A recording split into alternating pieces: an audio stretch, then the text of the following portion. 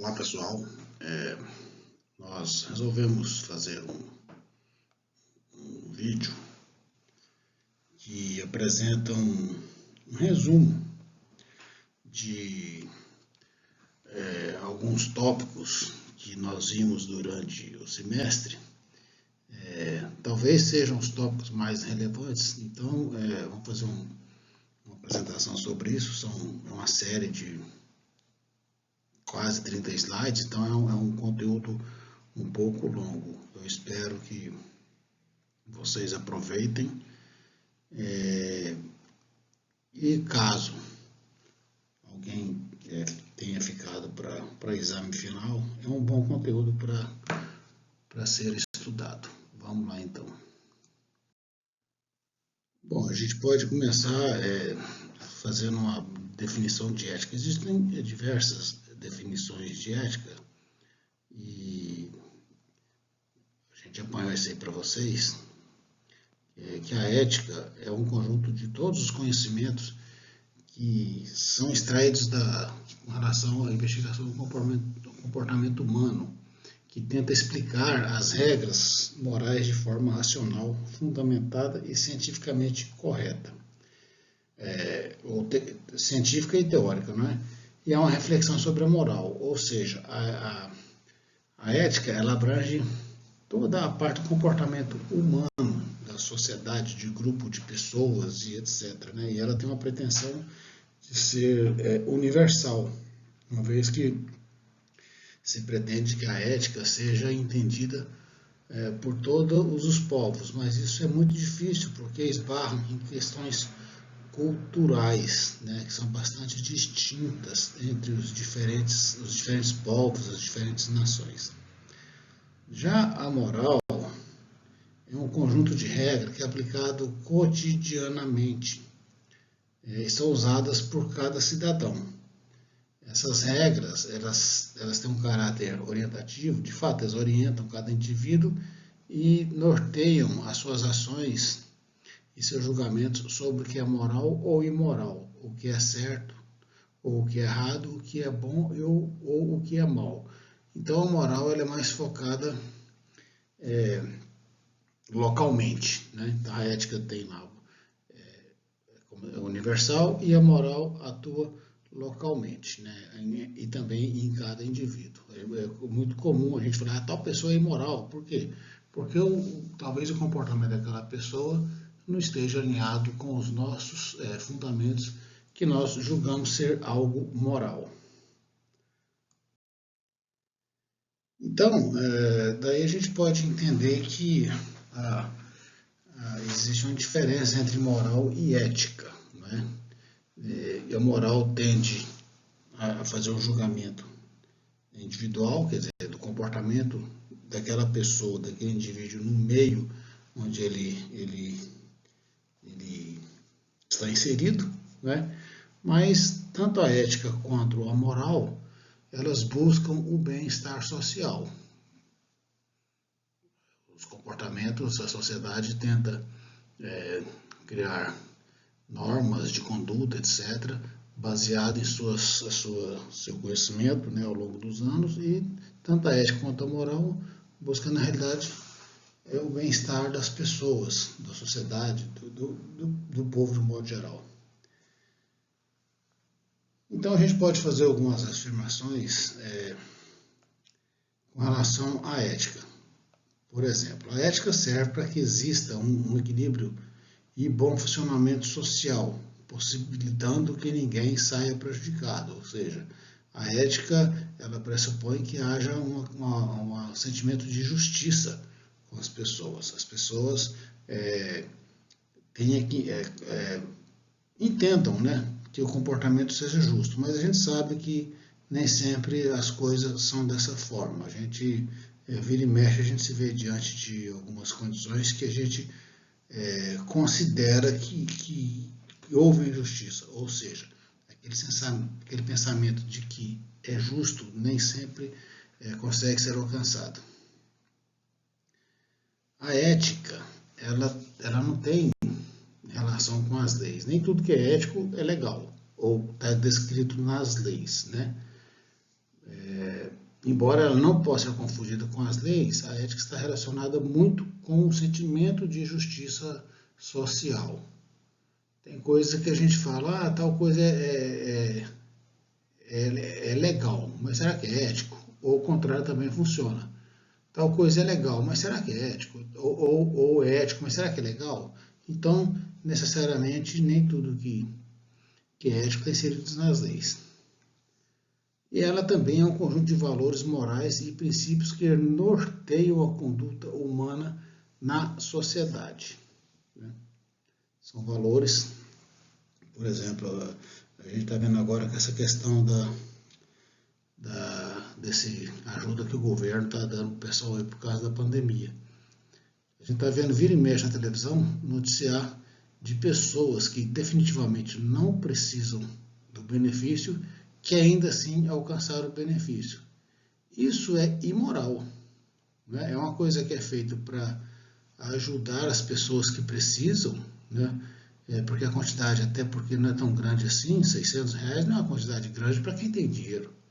Mas ainda assim tem pessoas que são absolutamente imorais e tiveram acesso a esse dinheiro. Isso é uma coisa completamente imoral, é inaceitável. Então fere profundamente o sentimento de justiça social que a gente tem. Né? No ponto de vista da filosofia, é uma ciência que estuda os valores e princípios morais de uma sociedade e de seus grupos. Então, isso aí são algumas afirmativas que a gente pode falar sobre a ética.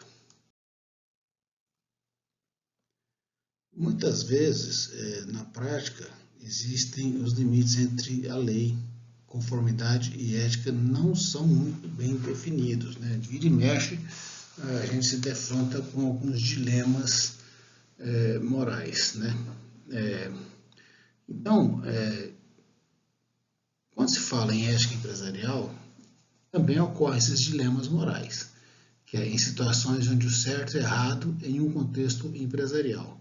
Esse dilema ele pode ser decidido pelas seguintes considerações chaves, ou seja, você está diante de uma situação que tem há que se tomar uma decisão, mas a gente não tem tanta certeza se aquela decisão é correta ou não. Então a gente pode fazer algumas considerações a respeito disso, como esses 3 itens aí, por exemplo. A decisão a ser tomada provavelmente exercerá efeitos significativos sobre as pessoas. Aquela decisão vai afetar as pessoas de alguma forma, positivo ou negativamente, né? A decisão a ser tomada permite escolhas e ações alternativas, ou seja, existe outra forma de fazer que não seja essa que nos surge diante de nós nesse momento? A decisão é considerada eticamente relevante sobre ser certa ou errada moralmente? Então, a gente, quando encontra as respostas para essas perguntas, aí fica mais fácil de encarar um dilema. Então, com base nisso, a gente pode definir, né, o que é um dilema moral, que é uma situação que requer decisão eticamente relevante, na qual se questiona o que é certo ou errado, por meio de uma série de ações alternativas que provavelmente exercerão efeitos significativos sobre outras pessoas. Então, vai abranger um certo número de pessoas. E os dilemas, como o nome diz, né, é muito difícil de ser tratado, mas é uma coisa necessária. Quando também se fala nas companhias, nas empresas, existe a gestão da responsabilidade. Ou seja, para que um negócio seja sustentável, existe o gerenciamento dos stakeholders como sua principal atividade.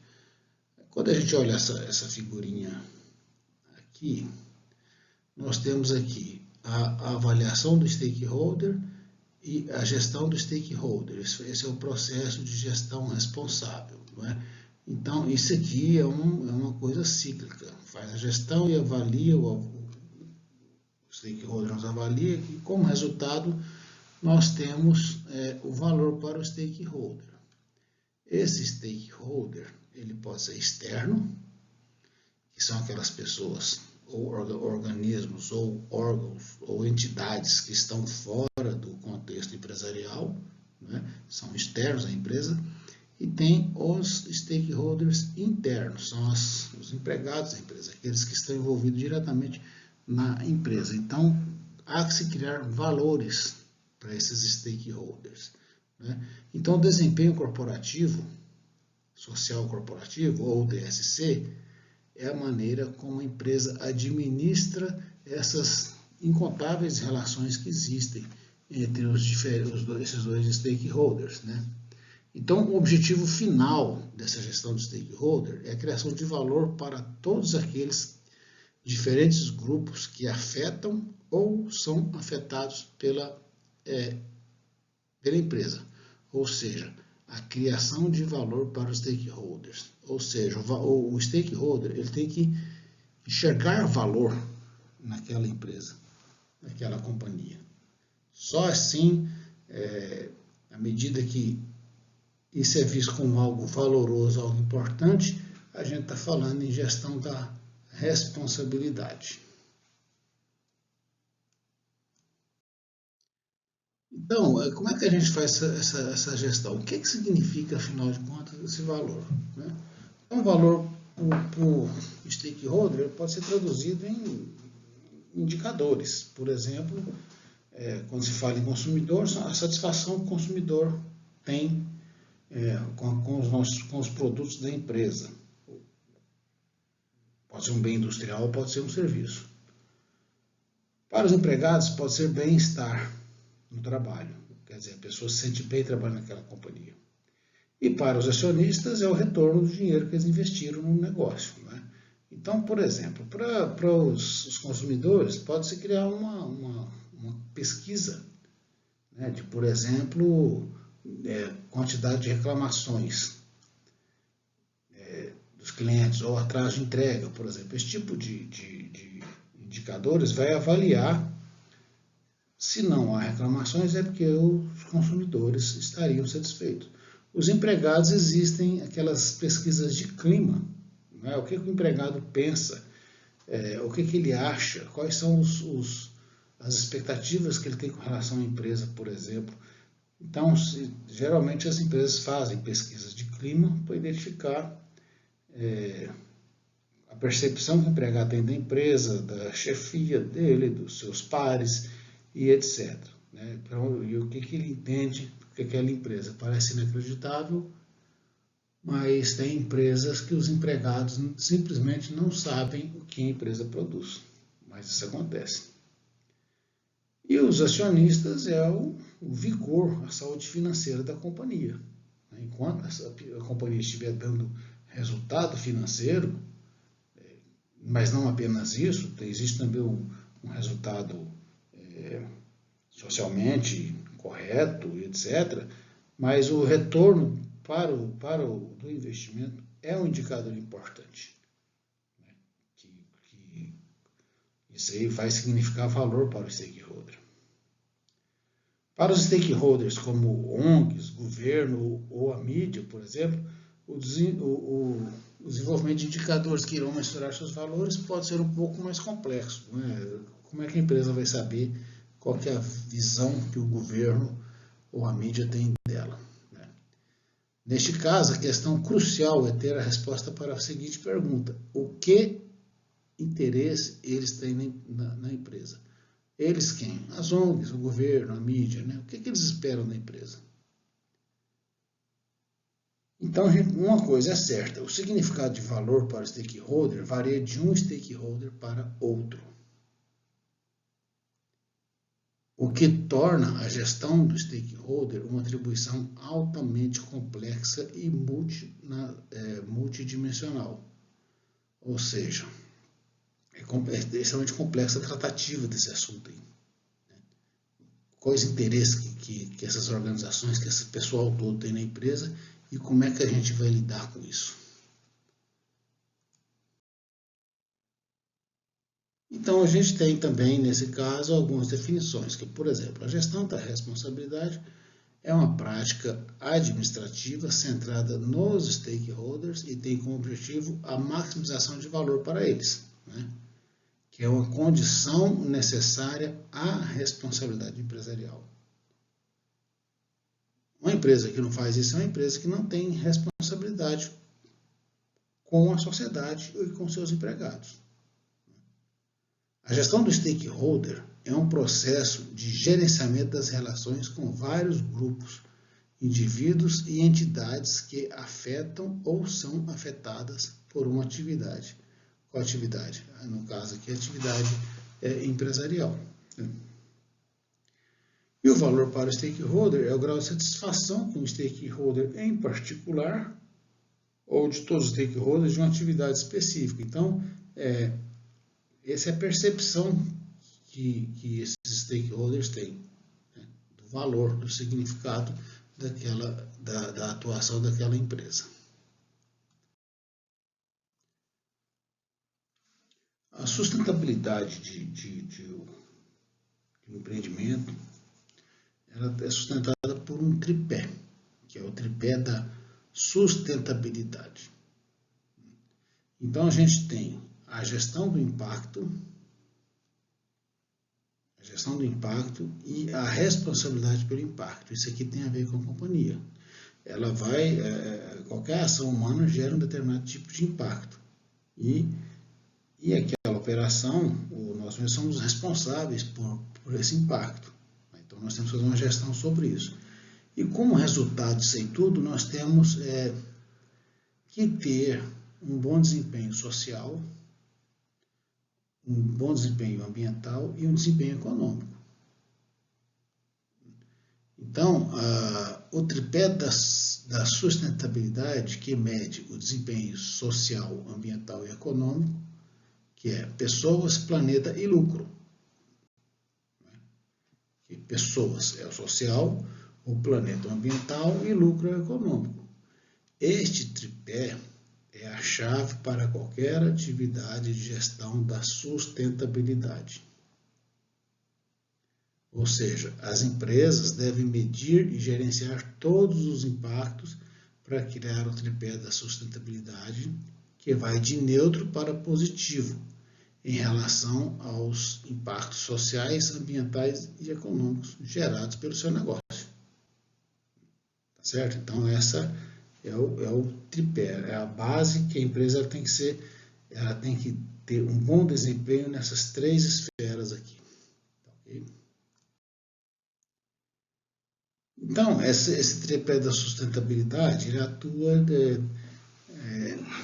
nos negócios. Nós podemos ter os negócios insustentável, sustentável e restauradores. E esses negócios eles podem gerar impactos negativos, impactos neutros, quer dizer, não afeta em nada, e impactos positivos. Então, a gente pode dizer o seguinte, que um negócio é insustentável abaixo da média. Ele exerce um impacto líquido negativo no tripé da sustentabilidade sobre a economia, a sociedade e o meio ambiente, quer dizer, nas três esferas ali, né? Nos três desempenhos, social, ambiental e econômico, que está abaixo dos impactos das empresas do mesmo segmento, ou seja, são indicadores que vai comparar uma empresa com a outra. Um negócio, ele é sustentável dentro da média, exerce um impacto líquido negativo no tripé da sustentabilidade sobre a economia, a sociedade e o meio ambiente, que corresponde ao impacto da maioria das empresas do mesmo ramo, quer dizer, está na média, né? Então, ele está tendo um comportamento parecido com as empresas que atuam no mesmo ramo. E o negócio sustentável exerce um pequeno impacto líquido negativo no tripé da sustentabilidade, que não excede a capacidade reparadora do sistema planetário. Ou seja, esse negócio ele é sustentável, ele vai perdurar por muito tempo, diferente do primeiro negócio ali, o negócio insustentável abaixo da média. Isso aqui está fadado ao insucesso caso não haja uma mudança de conduta. ok? Um negócio de impacto neutro exerce um pequeno impacto no líquido neutro no tripé da sustentabilidade sobre a economia, a sociedade e o meio ambiente. E o negócio que é reparador, ele exerce um impacto líquido positivo no tripé da sustentabilidade, o que significa que reabastece pelo menos um tipo de capital sem esgotar nenhum dos outros capitais. Qual capital? Capital social, capital ambiental e capital econômico. Tá certo? Então, um negócio sustentável é aquele que atingiu uma posição neutra ou até mesmo positivo no tripé da sustentabilidade e sustenta os capitais social, ambiental e econômico no longo prazo. Ou seja, esse negócio ele vai perdurar por um longo prazo. O tripé da sustentabilidade refere-se aos desempenhos social, ambiental e econômico de uma organização ou de atividades individuais. Seu cálculo é feito ao serem somados todos os impactos.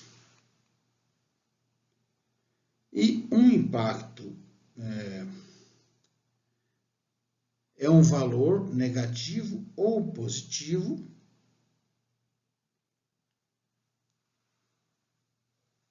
criado por meio da atividade empresarial. Os impactos podem ser categorizados como social, ambiental ou econômico. Então, reparem que tudo aqui gira em torno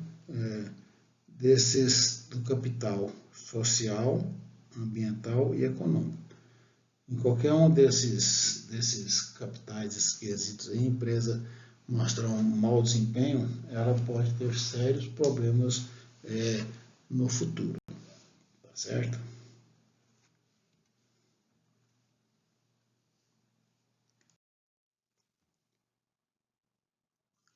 Então, uma situação insustentável é aquela em que a utilização dos recursos excede a taxa de reprodução dos recursos globais. A gente pode fazer uma analogia com a gente, com as nossas economias pessoais, por exemplo. Se a gente começa a utilizar muito, gastar muito mais dinheiro do que o que a gente ganha, a situação vai ficando insustentável. Então, em algum momento a gente vai ter que parar e repensar, reorganizar nossas finanças, por exemplo. No caso das empresas é a mesma coisa aí, ó. Se o uso dos recursos ela está excedendo a capacidade de regeneração do planeta, esse negócio é insustentável. Não terá uma vida longa. Quando ambas, ou seja, a utilização do recurso e a taxa de reprodução dos recursos se correspondem de forma exata, temos uma sustentabilidade neutra, ou seja, os recursos estão aí à disposição, eles são utilizados e são repostos na mesma taxa. Então, não aumenta um nem diminui o outro. Então, mantém aquela coisa estável e sustentável, né? E quando são utilizados menos recursos do que os recursos que são reproduzidos, a situação é denominada restauradora ou situação de sustentabilidade restauradora. Esses três quesitos, a gente pode fazer uma boa analogia com o nosso comportamento com relação ao dinheiro, né? Se a gente gasta muito mais que ganha, é insustentável. Se a gente ganha e gasta do mesmo tanto, eu ganho 1.000 e gasto 1.000, a sustentabilidade é neutra. Eu não empobreço, mas também não enriqueço. Então fica ali um comportamento na média, digamos assim. E se eu gasto menos do que eu recebo, eu ganho 1.000, mas gasto 500, é uma sustentabilidade restauradora, quer dizer, eu acho que isso é uma boa analogia que a gente pode comparar com relação a essa questão da sustentabilidade. Quando a gente fala nas ferramentas de gestão da sustentabilidade, tem aí alguns exemplos. A missão, visão e valor. Isso aí é o credo corporativo. A missão é a razão por que a empresa existe, qual que é o propósito daquela companhia. Né? Tem que ter um propósito, senão não tem sentido. A visão é onde a empresa quer estar, qual será o posicionamento dela daqui a 1, 2, 5, 10, 20, 50 anos. Né? E os valores. Quais são os valores para aquela companhia? O que de fato importa para ela? Né? Então, isso aí é o credo corporativo. E as empresas, elas adotam esse credo e divulgam ele maciçamente para os empregados. É importante que todos os empregados saibam qual é a missão, a visão e o valor da empresa e o que o trabalho dele pode contribuir para que a empresa alcance essa missão, visão e valor.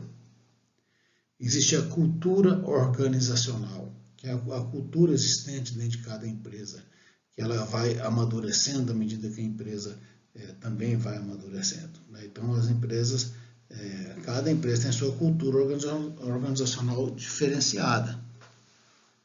E isso aí acaba sendo um negócio um pouco difícil de lidar quando há a aquisição. Uma empresa compra outra, por exemplo. Né? Então, existe uma mudança de cultura e isso é uma coisa, às vezes, é muito traumática para os empregados da empresa que foi comprada. Existe o código de ética, que é onde a empresa determina ali qual o comportamento que a empresa tolera. E esse código de ética, as empresas que são sérias, que têm e aplicam esse código de ética, elas são muito exigentes no cumprimento desse código de ética. Existe um comitê de ética, que é o comitê formado para fazer a avaliação do desempenho ético da empresa, da companhia, dos empregados. Né? Vamos supor, um determinado empregado houve um desvio de comportamento que fere o código de ética da companhia. Então, aquele comitê vai julgar o que fazer, que tipo de ação vai ser tomada com relação a alguém que tenha ferido o código de ética. Existe a ouvidoria, ou é o canal de denúncia. Essa ouvidoria funciona, viu? Isso funciona. As empresas são sérias, funciona.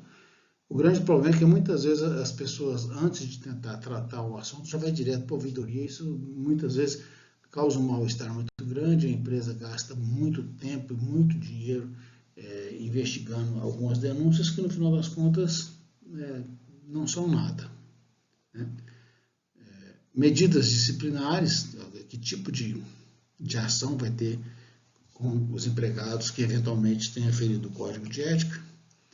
Tem as questões ambientais, qual que é o julgamento, qual que é a importância, qual que é o valor, qual que é o modelo de gestão que a empresa terá com relação ao meio ambiente, e os rituais corporativos, né, que são aquelas normas internas da companhia. Então, essas aí são alguns exemplos de ferramentas que as empresas podem adotar para fazer uma gestão da sustentabilidade.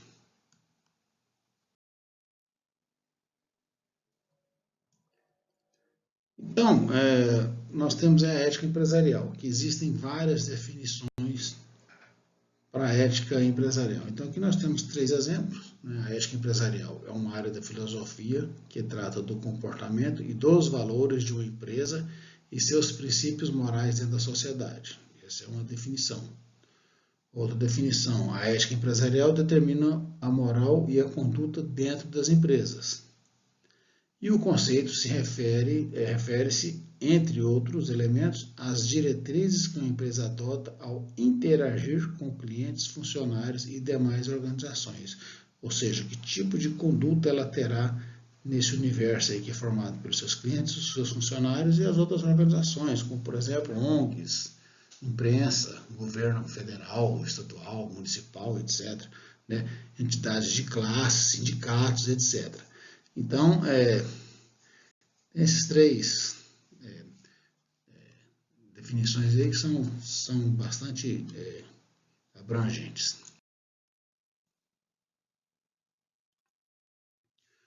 O Código de Ética, o que é o Código de Ética? É um documento que dita e regula as normas que gerem o funcionamento de determinada empresa ou organização e o comportamento dos seus funcionários ou membros. Ou seja, o Código de Ética ele não precisa ser, não é exatamente só numa empresa. Existem códigos de ética de entidades de classe, por exemplo, os médicos têm, o advogado tem, os administradores têm também seu código de ética, que é o que norteia o comportamento, é o que se espera, qual o comportamento esperado daquela classe, daquele profissional. Né? Então, o Código de Ética é um acordo que estabelece os direitos e os deveres de uma empresa, de uma instituição, de uma categoria profissional, de uma ONG, etc., a partir da sua missão, cultura e posicionamento social. Esse código de ética deve ser seguido pelos funcionários no exercício de suas funções profissionais. Então, de vez em quando a gente vê notícias, né, que o determinado funcionário quebrou o código de ética. E isso aí é passível de algum tipo de sanção profissional. Às vezes o cara pode até perder o seu título, né, e ser proibido de praticar a sua profissão, porque houve um desvio ético importante. Além das empresas públicas e privadas, um código de ética também pode ser desenvolvido por instituições, por organizações não governamentais, categorias profissionais, partidos políticos e qualquer outro tipo de grupo que desejarem orientar e explicitar a sua postura social. Então, o código de ética ele pode ser adotado por várias grupos de pessoas, organizações, etc., não apenas nas empresas. Então, o código de ética ele é regido por alguns princípios. Temos aqui alguns exemplos. Né?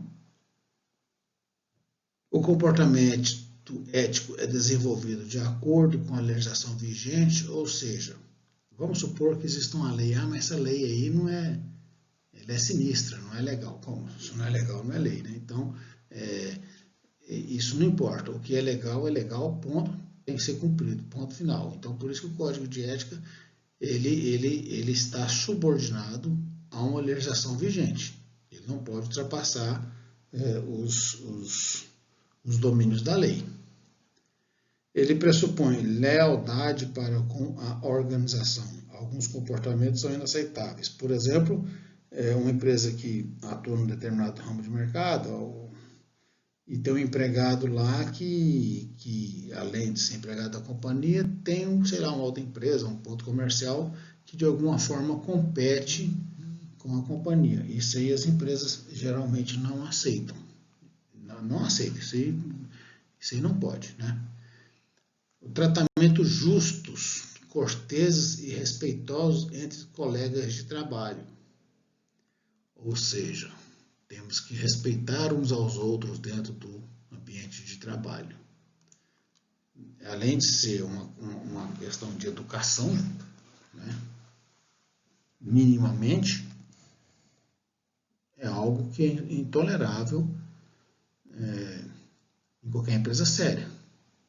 Um tratamento injusto, desrespeito, né, assédio moral, assédio sexual, etc. Isso aí é inaceitável. Justiça e consideração apropriadas aos interesses de outras pessoas vinculadas à empresa, os acionistas, clientes e outros parceiros comerciais, autoridades governamentais e o público em geral. Então, o Código de Ética também atua dessa forma, de forma justa com todo esse pessoal aí. Respeito e proteção ao meio ambiente e comprometimento com o Pacto Global da ONU, que tem lá seus 10 itens que pressupõem que as empresas estejam compromissadas com esse pacto. Então, nós temos aqui, por exemplo, uma denúncia como um ato ético, que é o canal de comunicação do Comitê de Comportamento Ético, né? A denúncia deve ser compreendida como uma manifestação positiva de lealdade ao bem comum e uma lealdade aos direitos e tem elevado sentido ético.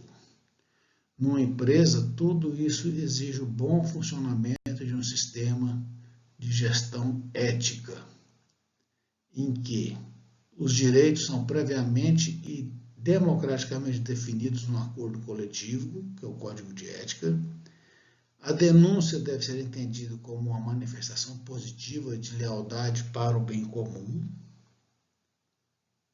Todos devem ter clareza acerca desse conjunto de direitos, deveres e procedimentos. Todo e qualquer denunciante deve ter garantias de proteção, seja livre de coerção e de eventuais retaliações futuras. Ou seja, na maioria das vezes o pessoal tem medo de fazer uma denúncia, por vários fatores. Às vezes por fator, ele acha, mas eu não sou dedo duro. Eu não tenho, o cara é meu colega, eu não tenho coragem de entregar meu colega. Mas o cara é meu chefe, como é que eu vou fazer uma denúncia contra o meu chefe? Então tem algumas coisas aí que, primeiro, o denunciante, ele tem que ter a sua identidade guardada, resguardada. Então, essa denúncia ela é feita de forma, como é que se diz? Ela não é de forma pública, ele não pode ser identificado, ele tem que ser feito, tem que ser resguardado o sigilo do denunciante, né? Ele tem que entender que essa denúncia não é exatamente porque o cara é meu amigo, então ele pode fazer comportamento ilícito dentro da companhia. Não, é o que está dizendo ali, que é o bem comum, a lealdade ao bem comum e lealdade aos direitos. Direito de todo mundo. Às vezes tem uma pessoa ou um grupo de pessoas fazendo um comportamento que é completamente desalinhado com o código de ética da companhia, e isso vai prejudicar a empresa, e não só a empresa, todos os empregados daquela companhia. Então, precisa ter, a gente abandonar um pouco essa questão de, eu não vou entregar, não é entregar. É fazer algo que seja leal aos direitos das pessoas e da companhia. Se o cara for um chegado seu, você vai lá e conversa com ele, né? Enfim, então, e outra coisa, o denunciante, ele não pode sofrer retaliação. Ele deve ter garantia de proteção e ser livre de qualquer coerção futura, que venha a ser futura, né? Ok?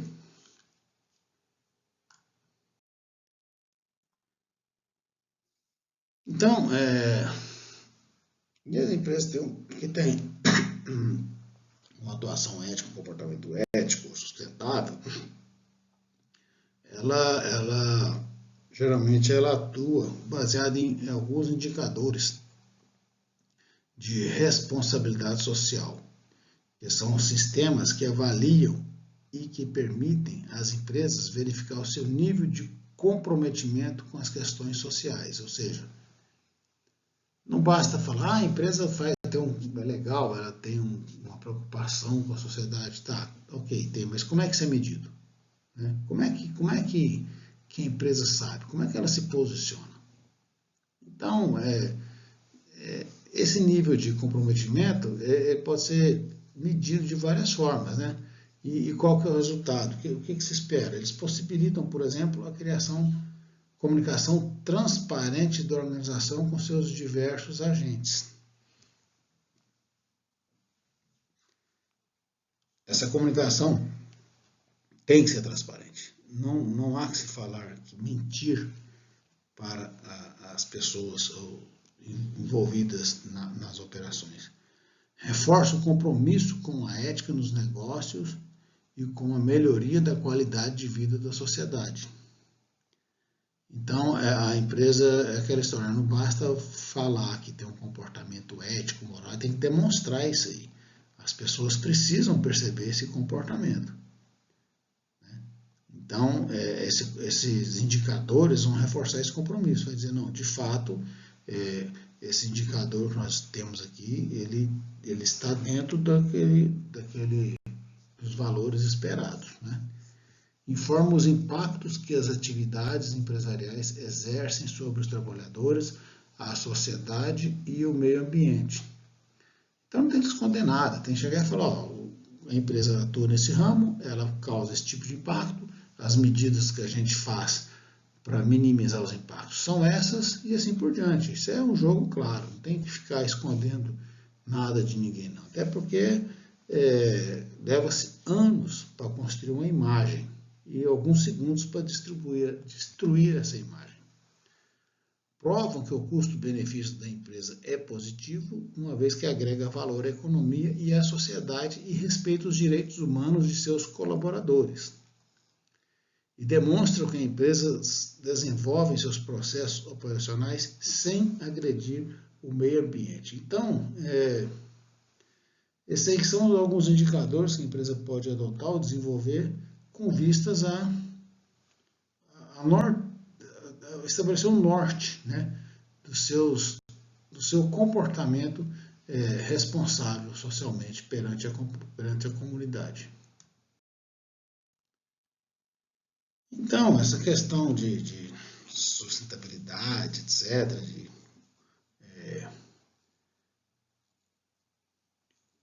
investimento em indicadores sociais, etc., né, tem o que a gente pode chamar de 4 principais famílias de valores que são relacionados a pessoas, a virtude, felicidade e relacionamento.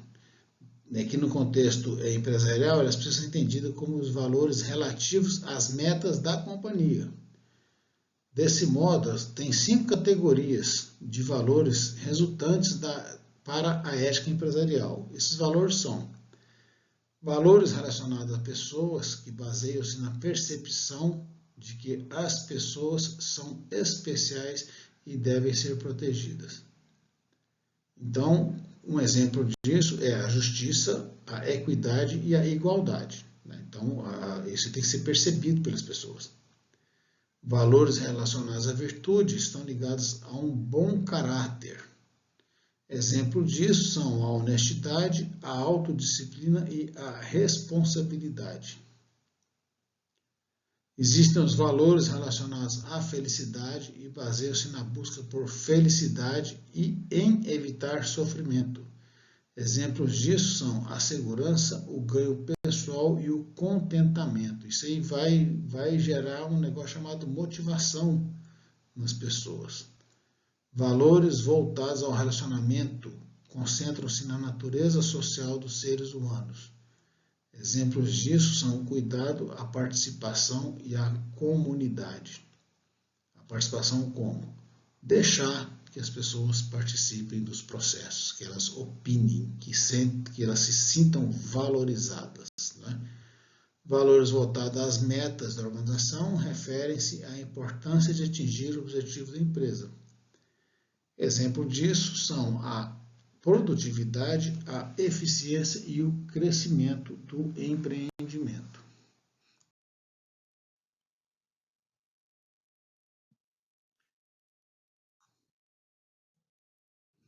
Então, as esferas da ética empresarial. Nós temos a ética normativa, que está relacionada à questão moral, né, que às vezes é usado como sinônimo de ética.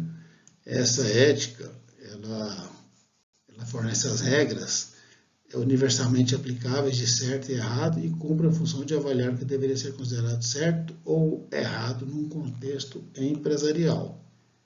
A segunda esfera é a esfera da ética descritiva, que tenta explicar por que as pessoas agem de determinada maneira ou não. E por que tomamos decisões éticas e de que modo agimos de acordo com elas. E a terceira é a gestão da ética, que está enraizada na disciplina de estudos em administração e cumpre a função de aplicar as ferramentas de gestão para fomentar o cumprimento ou um comportamento moralmente excelente, ou seja, para fazer que as pessoas tenham um comportamento que seja moralmente adequado, né? São as ferramentas de gestão. Então, existem algumas ferramentas que são aplicadas, que são os códigos de ética, conselhos e diretorias de ética, treinamento em ética, auditorias e investigação junto aos colaboradores. A gestão responsável, ela pressupõe a responsabilidade pelo tripé da sustentabilidade, valores para os stakeholders e tratar dos dilemas morais, que é a própria ética. As práticas convencionais de gestão têm sido responsabilizadas por muitos males, problemas e crises do mundo atual, incluindo questões universalmente importantes relacionadas à justiça social e à destruição do meio ambiente. Ou seja, da forma que tem se conduzido hoje em dia, parece que isso cai numa mesmice, não é? Então acaba repercutindo mal e transmite para as pessoas um sentimento muito grande de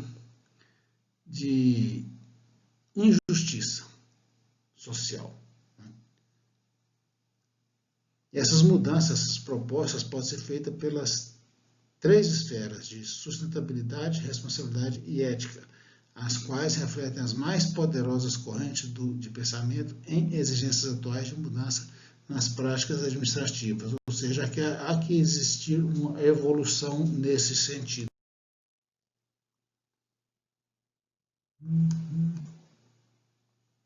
Então, com isso a gente pode, de novo, estabelecer algumas definições, né?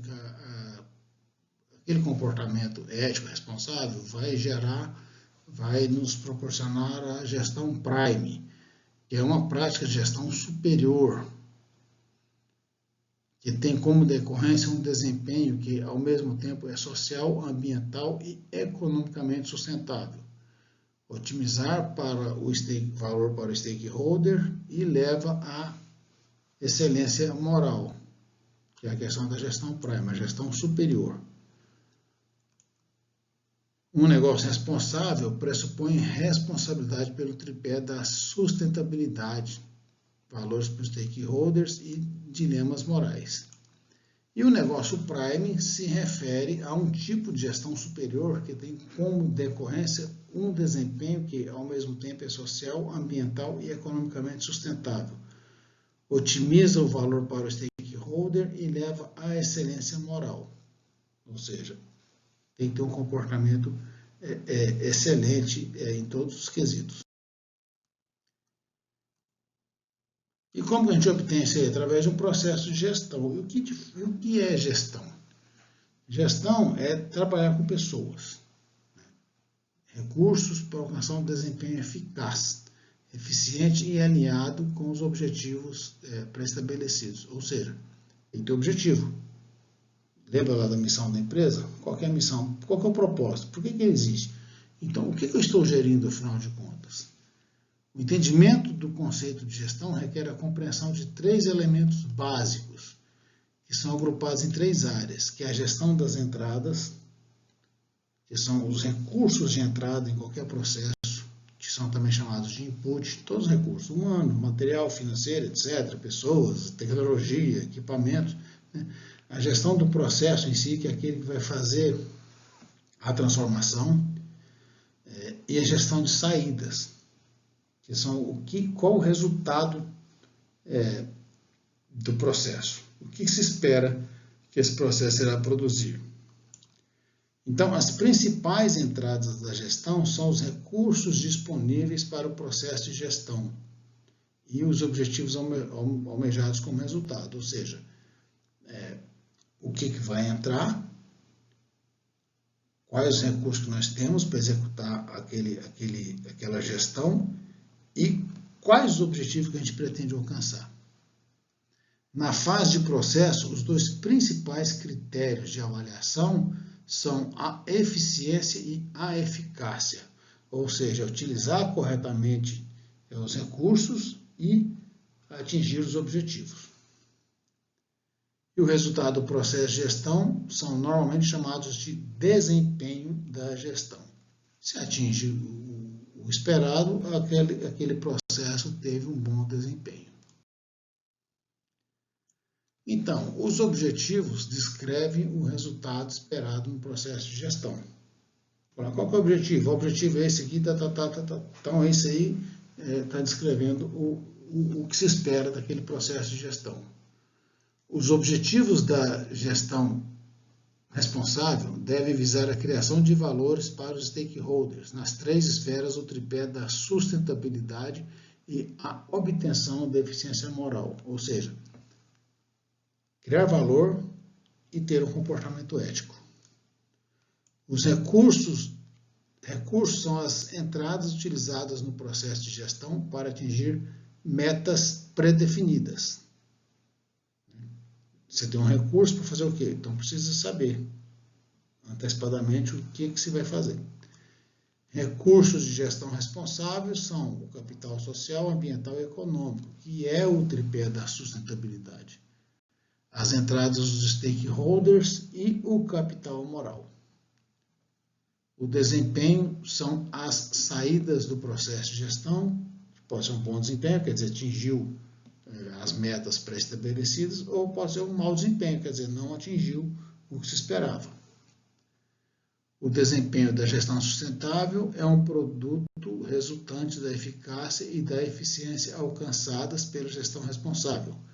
A gestão responsável deve reavaliar os critérios utilizados para avaliação de desempenho como boa ou ruim, né?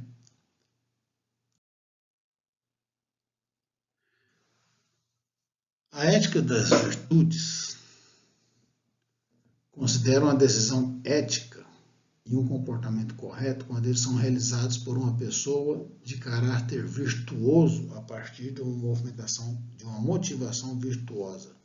E a virtude é a combinação de bons traços de caráter, como honestidade, prudência e sabedoria. Há uma forte ligação entre virtudes e valores. Pode ser que virtude é uma série de valores vivenciados, o que então resultaria em uma vida boa e virtuosa. A ética das virtudes tem muito a combinar com a ética empresarial. Por meio desse aspecto motivacional e perspectiva duradoura, ela pode fornecer insights complementares ao consequencialismo e à ética deontológica. A moderna ética das virtudes foi aplicada de várias maneiras na ética empresarial, desde uma corporação inteira com o caráter virtuoso até a virtuosidade de um gestor. Então, a ética das virtudes ela pode ser definida como algo que julga certas decisões que se baseiam em pensamentos virtuoso, congruente com a vida boa e virtuosa. Já a ética normativa, nós temos a deontologia, que é seguir princípios e deveres superiores. É uma filosofia que faz parte da filosofia moral contemporânea, que significa ciência do dever e da obrigação. A deontologia julga o certo ou o errado referentes aos deveres morais que devem derivar de regras universais.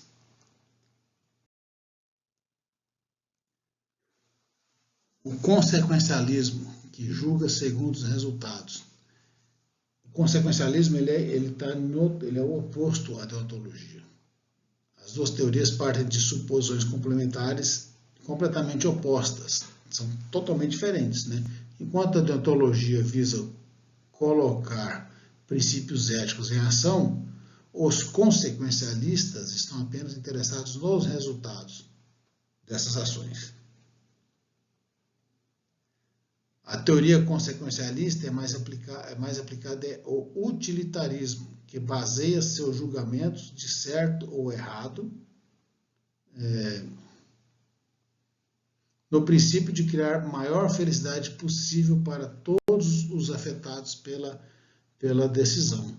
E o consequencialismo é a teoria na qual a teoria moral que julga o certo e o errado como base nos resultados.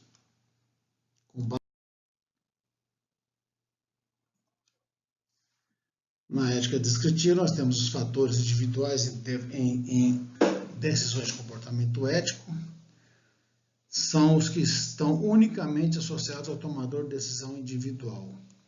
Eles sugerem que a tomada de decisão e as ações éticas dependem do gênero, da origem, da religião, de sua formação educacional e do trabalho do indivíduo.